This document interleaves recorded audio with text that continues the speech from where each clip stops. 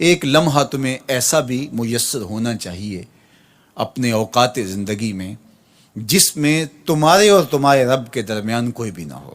وَتَبَتَّلْ إِلَيْهِ تَبْتِيلًا، سب سے کٹ کے الگ تھلگ ہو کے بالکل یکسوئی کے ساتھ تم اپنی زندگی کے وہ لمحے اپنے رب کے ساتھ جوڑ دو.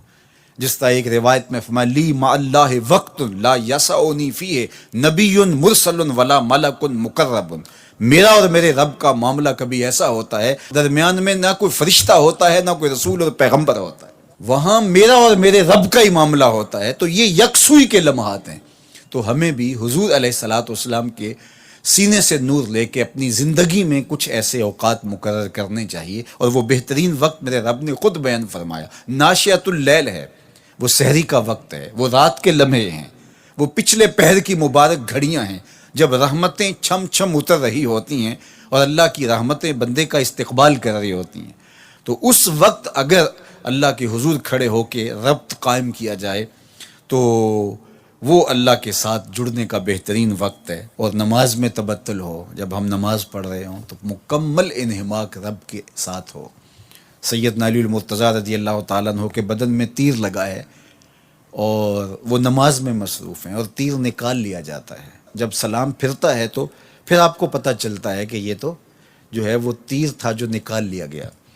تو یہ انہماک ہے، رب کے ساتھ انہماک. اور وہ فرمایا گیا حدیث جبریل میں کہ اپنے رب کی اس طرح عبادت کرو کہ گویا تم اسے دیکھ رہے ہو. اور اگر یہ کیفیت پیدا نہیں ہوتی تو کم از کم یہ کیفیت تو ہو کہ وہ تمہیں دیکھ رہا ہے.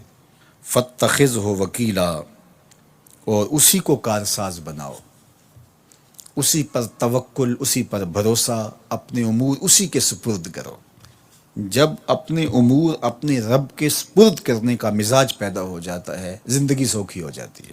تدبیر کریں، اس کے لیے حکمت عملی ضرور آپ وضع کریں، لیکن کچھ کام کر کے اللہ پہ چھوڑ دیں. اور توکل بھی یہی ہے کہ آپ گھٹنا بھی باندھیں اور سپرد اللہ کے کر دیں. اسی کی طرف سے کام ہوتے ہیں اور وہی کارساز حقیقی ہے.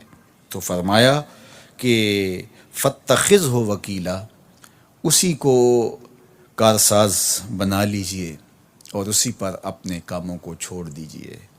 جو کشتیاں اس کے نام پر ڈال دی گئیں وہ ڈوبتی نہیں ہیں، وہ منزل تک ساحل تک پہنچتی ہیں.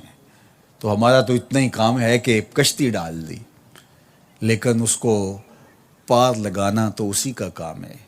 تو اسی لیے ہم سواری پر بیٹھتے ہوئے کہتے ہیں کہ مالک اس کو مسخر تو نے ہی کیا ہے ہمارے لیے، ہمارے میں طاقت تو نہیں تھی کہ اس کو مسخر کر سکتے.